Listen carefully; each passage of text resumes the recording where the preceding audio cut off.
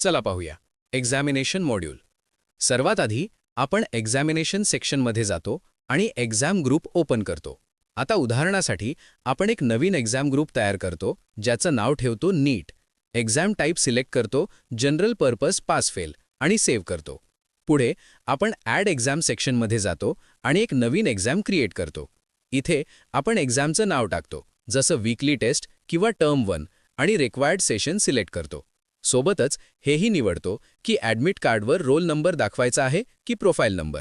नंतर आपण sample marksheet select करतो आणि सेव्हवर क्लिक करतो. आता आपण असाइन व्ह्यू स्टुडंट सेक्शनमध्ये जातो, क्लास आणि सेक्शन सिलेक्ट करतो, स्टुडंट्स निवडतो आणि सेव्ह करतो. त्यानंतर आपण एक्झाम सब्जेक्ट सेक्शनमध्ये जातो आणि ॲड एक्झाम सब्जेक्टवर क्लिक करतो. इथे आपण सब्जेक्ट्स सिलेक्ट करतो जसं बायोलॉजी, केमिस्ट्री आणि फिजिक्स.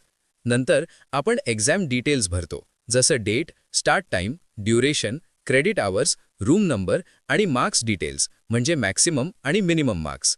सर्व माहिती भरल्यानंतर आपण सेव्हवर क्लिक करतो.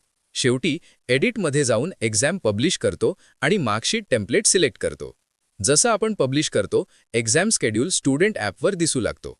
आता पाहूया मार्क्स एंटर आणि सेंड कसे करायचे. यासाठी आपण एक्झाम मार्क्स सेक्शनमध्ये जातो आणि एंटर मार्क्स ओपन करतो.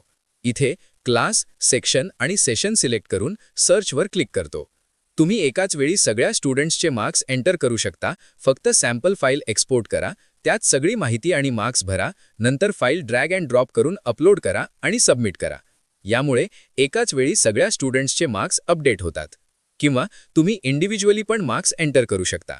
इथे प्रत्येक स्टुडंटसाठी अटेंडन्स, मार्क्स आणि नोट्स ॲड करू शकता आणि सेव्हवर क्लिक करू शकता. त्यानंतर ॲक्शन मेनूमधून तुम्ही टीचर रिमार्क्स पण ॲड करू शकता. सगळं कंप्लीट झाल्यावर एडिटमध्ये जाऊन रिझल्ट पब्लिश करा. जसं तुम्ही पब्लिश करता स्टुडंट्स लगेचच त्यांचे मार्क्स ॲपवर पाहू शकतात. आता एक्झाम रिझल्ट पाहण्यासाठी आपण एक्झाम रिझल्ट सेक्शनमध्ये जातो. इथे exam group, exam, session, class आणि सेक्शन सिलेक्ट करतो आणि रिझल्ट स्क्रीनवर दिसतो. तुम्ही रिझल्ट कॉपी करू शकता, एक्सेल किंवा CSV मध्ये एक्सपोर्ट करू शकता, PDF डाउनलोड करू शकता किंवा थेट प्रिंट पण घेऊ शकता. तुम्ही कॉलम्स कस्टमाइज पण करू शकता ज्यामुळे तुम्ही ठरवू शकता रिझल्टमध्ये काय दाखवायचं आहे. आणि अशा प्रकारे तुम्ही सहजपणे एक्झाम्स मॅनेज करू शकता मार्क्स एंट्री आणि रिझल्ट पब्लिशिंग सोबत.